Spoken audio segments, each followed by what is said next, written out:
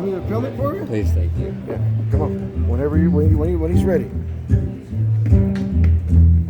Oh, that's why Jesus. Yeah. There he is. Welcome to the stage. The Son of God. Appreciate you guys coming up. You want to take it out? Oh, perfect. I got it right. Welcome to the stage. Jesus. Woo. Son of God. JC! Thank you guys. So, I was walking through Garden of Eden the other day, trying to find Eve and Adam. Couldn't find them, so I'm just walking. And I thought I saw this pig sitting over there by the apple tree. I was like, Eve. She goes,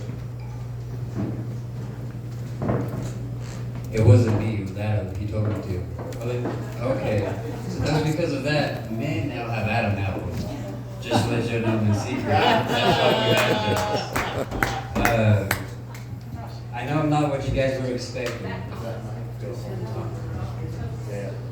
But I know it wasn't the Jesus you guys were expecting tonight, but you guys keep praying. Sorry for the unanswered prayers, but this is the Jesus you got. I'm doing this, honestly, if you guys wanted to know the reason why I'm saying Jesus is my stage name. I'm trying to end a lot of the hate shit going on in the world. And racism is too much in this world. We have too much corruption, and we just need a little bit more Jesus to spread the gospel. So, Yeah. appreciate that a lot. Thanks for clearing it up. Yep. Hell yeah. Yeah, I've already got next month, on the 18th, I'm going to have a fuller set, about 45 minutes on Montpelier. So, you guys, Right there. Yeah, nice. I know. I'll remember the name, I'll let you know how to announce it. Yeah, we need to know where so we can come down and see you, Jesus.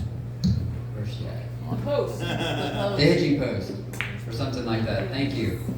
So yeah, that's where it's at. So it'll be on the 18th, it's free admission, so come out, see if you guys could applaud louder than the people from Idaho, no offense. So, support your guys, just saying. Sounds like it's off. Anyway, so I do have a twin. I call him the Antichrist. I hate to say that, no offense, but he's the Marine guy. I'm more or less a hippie, as you guys should probably not tell about me being tossed over there. I didn't want to offend anybody. But he's kind of a little anal about things. He told me to pick and choose. You can't have your poisons. You can choose your tobacco or your THC. So I was like, you know what? I'm just going to choose one. Okay? He didn't say nothing about that, you know what I'm saying? Yeah. So that's all I can say. He's a little weird, a little bit. I'm more or less kind of chill and relaxed. I remember one time growing up as a child, he told me, Cody, if we ever had superpowers, what would you want to do? I said, well, hell, let's get together and just unite, fucking save the world. And he goes, or I would save the world in a dimensional way, and you'd have to stop me. So this dude now wants to have like an anime fight whenever World War III hits. It's kind of interesting because, you know, as a twin, there should only be one. But unite. Nah, well, I want to, but we'll just get a lot of Codys and go after him. There's not a lot of Cobras out there. So,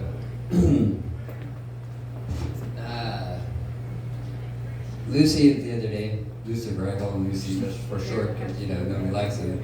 He was sitting there talking to me. He was like, you know, I could give you the whole world. Anything you ever desire, just come to me. And I was like, man, I would rather be independent. There's no such thing as selling my soul. My price tag is not for sale. He was like, you sure about that? And I was like, pretty sure.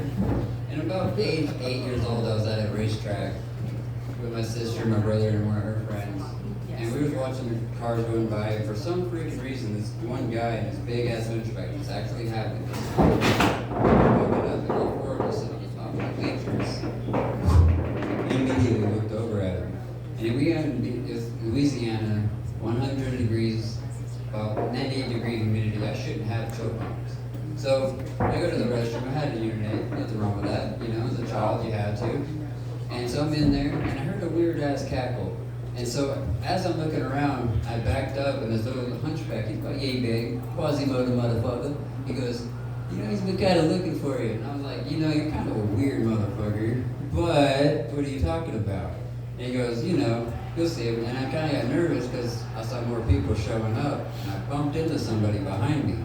I turned around, and this dude was about yay tall, jet black. I'm not gay. I'm comfortable with my sexuality, but he was a sexy motherfucker.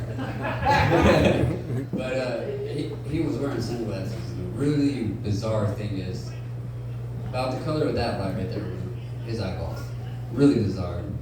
And he went to like try to offer a contract deal, and this is not a joke, and I told him no. I had a cross on my neck, and thing just burst into flame. He disappears like that.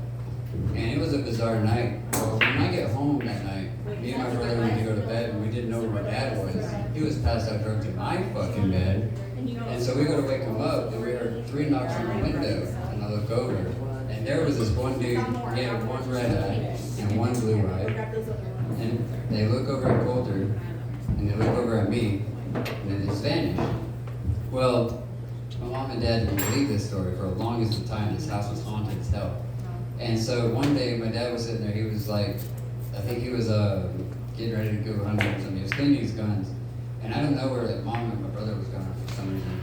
And we heard this woman just go, "Hello?" And my dad goes, Cody, quit playing with me. Because I was trying to be a voice actor growing up, but this is what I wanted to do as a child. And I was like, that wasn't me, Dad. And straight up, as clear as day, he watched some woman try to walk past. And he was like, you're playing with me, right? I was like, yeah, I'm just fucking with you. So I go and grab the mirror, and I like pull up to the side. And he gets up, he goes to his room. And about that time, I go and grab my whoopee cushion. Now, I did set this up. I set the whoopee cushion underneath his chair. And unfortunately for me, he was like grabbing the chair after he came back from his room. And he had bumped into me, and I fucking landed on the whoopee cushion, so I farted. And he looks at me, he goes, dude, where the hell? I was like, hey, we said it's not a stinker, right? And he goes, yeah, that's true. And so he ends up belching, and I was like, dude, that was reek. He was like, anything your ass rejects, it's gotta be bad.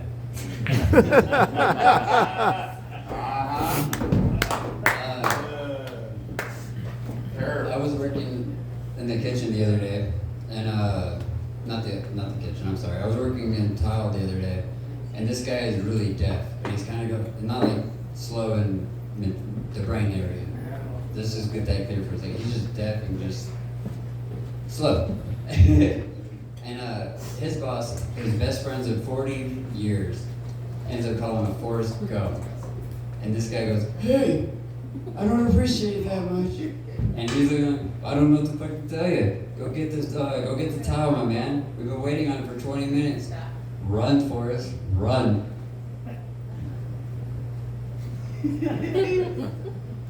He leaves around the corner. Ross looks at me and goes, this fucking guy. Known him for 40 fucking years, doesn't know what he's fucking doing.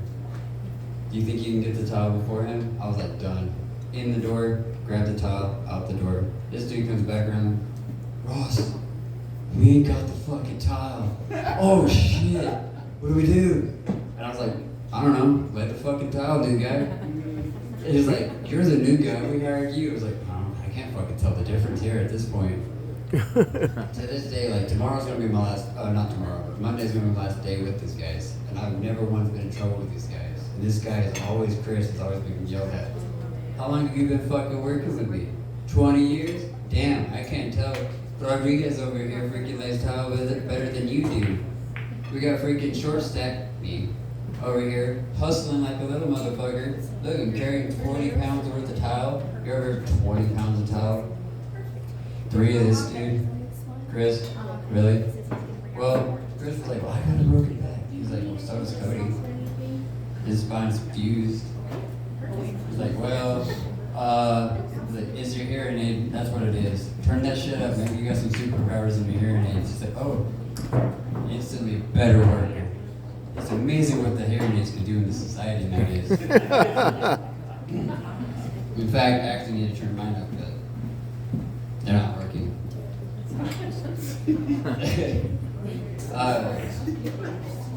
Unfortunately, being an identical twin, you realize you're getting older and you no longer look identical. You're more or less fraternal. And when you get older, you kind of realize, you know, your parents went to have one child. Who was the one they wanted? Who was the one that was unwanted? So when I go to ask my mom that, she always has this real clever thing to say. It's like, you know, I love you both, but you know, sometimes you're a lot better than he is, and he's more mellow than you sometimes. I'm a hippie. I doubt that. He's a war, I'm peace. But he's actually pretty cool, actually, in a sense, if you want to think about it. But do I love him? No, I'll never love the Antichrist, dude, ever. But do I like the guy? Yeah, he's rad as hell. He just thinks he owns everything. I'm just joking. He's really cool. I'm not nervous. I'm just trying not to offend everybody because my set was going to be a little off the wall tonight. So, but just to let you guys know, in the next month it will be off, so there'll be a lot more laughter coming for you guys. I promise. But it's my time. Thank you guys so much. Woo! All right. All right.